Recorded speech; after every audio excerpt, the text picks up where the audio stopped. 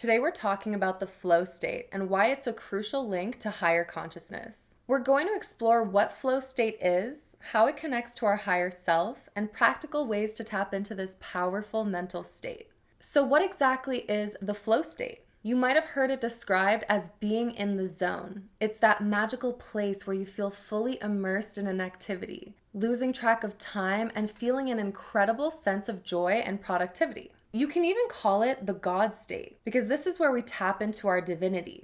So here are the key characteristics of the flow. You know you're in flow when you have complete focus and concentration on the task at hand.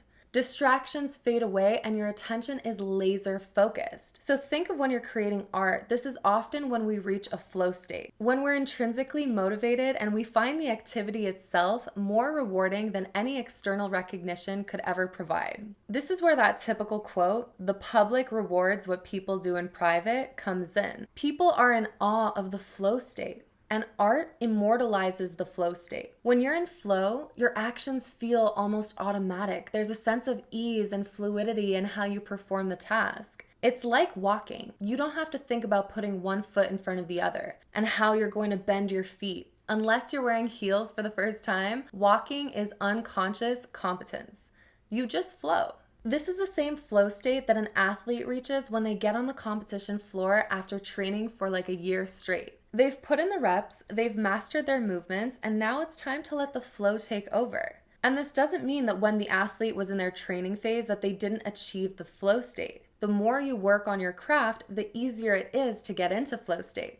Because another sign that you're in flow is that there's a challenge-skill balance. The task is challenging, but manageable. It's demanding enough to keep you engaged, but not so difficult that it becomes frustrating. An easy way to measure if you're acting from flow or resistance is to ask yourself when you're working on your business, working on your art, or just doing something fun, if you're driven by clarity or confusion. Confusion usually means you're up against resistance, especially if you can't move forward. If you're not able to adapt and you're just stuck in the moment and that stuckness is really frustrating you. Flow comes with a clarity of goals. It's like you know exactly what you're working towards and you receive this immediate feedback on how you're doing. And then this clarity helps you stay on track. So a great example of this is to think of a musician working on a new album. They have focused effort, so they've set the intention to write the song. They're actively working towards their goal by writing the lyrics, by writing the melody. They have immediate feedback if a lyric fits or if it needs adjustments.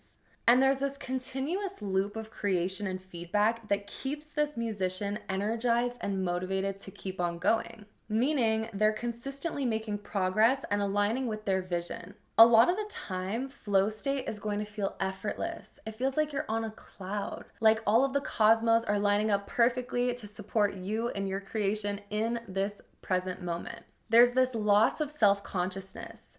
You're so absorbed in what you're doing that you forget about yourself. There's no room for self-doubt or concern or self-consciousness. And oftentimes, you really do feel like you're being a channel for higher information. So the conscious mind gets to take a step back and the subconscious mind takes over. There's also an altered sense of time. So I'm a Capricorn with 6 Capricorn placements in Western tropical astrology, which means I've always had a very interesting relationship with time.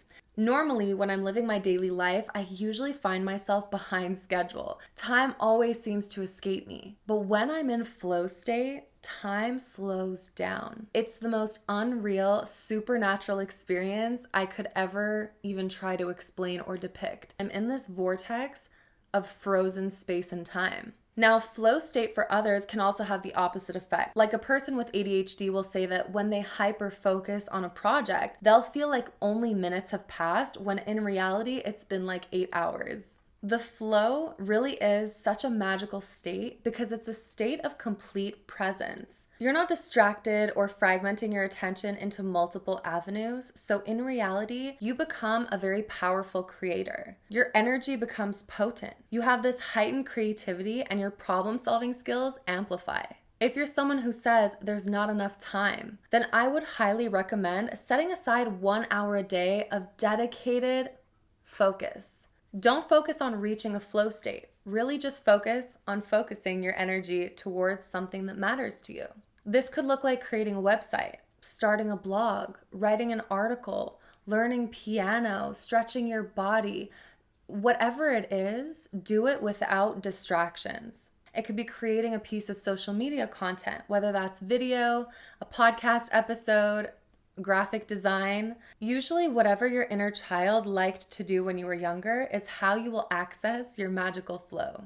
There's a deep emotional satisfaction that comes with this state. That's why I call it the God frequency, because it brings you into the present moment, and that's all that exists is right now. We're quantum beings, which means time is non-linear. We can travel back to the past and we can travel to the future, but the potency of this time travel has to do with how present you are in this current moment. We can even travel to higher dimensional realms where new, higher conscious information is retrieved. Because in this flow state, we activate our higher energetic centers like the crown chakra. Meaning, if there are any messages that God, source, the universe, your higher self, your guides, that are attempting to convey to you, it's through ultimate presence and silence. That's when the messages become very clear. So the flow state is referred to as an autotelic experience, an experience we create for its own sake because to experience it is the main goal. It's a peaceful way of actively meditating and remembering your connection to your own divinity. So if you want to tap into your flow state, don't set the bar too high and be upset that you didn't get in the zone the right way. This is the fastest way to let your mind overpower the flow. Set an intention to focus your energy on something that matters to you.